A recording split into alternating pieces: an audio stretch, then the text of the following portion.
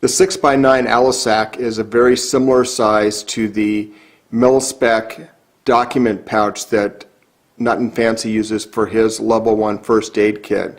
I'm going to use the same nomenclature that he uses, as most of the viewers that are checking out my YouTube channel will be familiar with that nomenclature. I want you to know that I'm not copying Nut and Fancy's Level 1 first aid kit. I've had this kit in my bag way before I even was on YouTube or even was familiar with Nut and Fancy.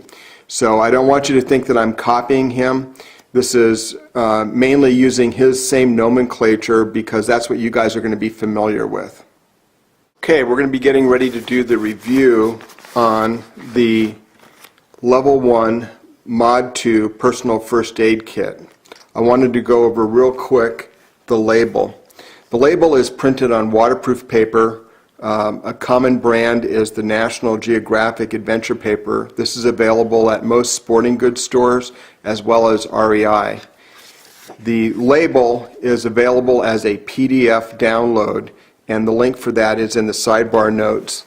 In the same folder from the bunker documents, you'll also find a 4-page color instruction on how to put together an emergency heater in a can, as well as the notes for the 4-video series Suturing in an Austere Environment.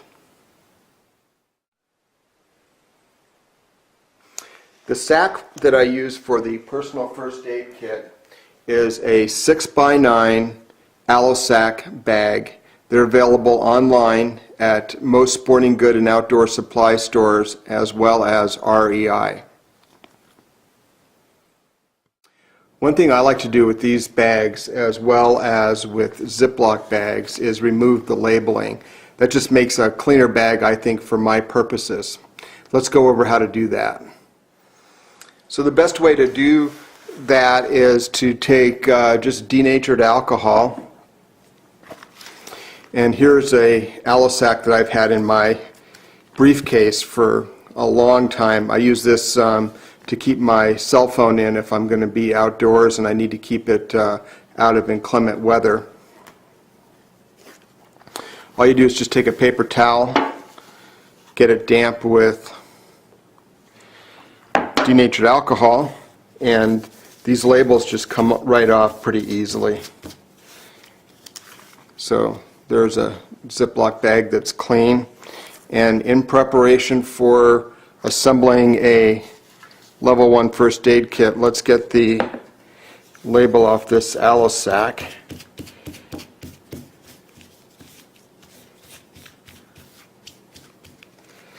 Alright, doesn't hurt the bags at all, and I think just a little bit cleaner, easier to see what's going on inside. Let's go over one more trick that you can do with Ziploc bags. You can do these with the Allosac bag as well. They're made out of Mylar, and that is using a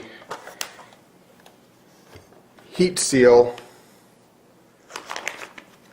device. This is basically just a tabletop seal and save. In this case, it's Sears.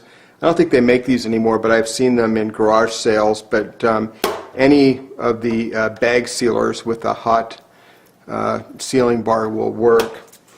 And one thing I do is just take a Ziploc bag, and I know this is going to cause a lot of eyebrows to be raised, but just want to address the issue of being sterile in the field.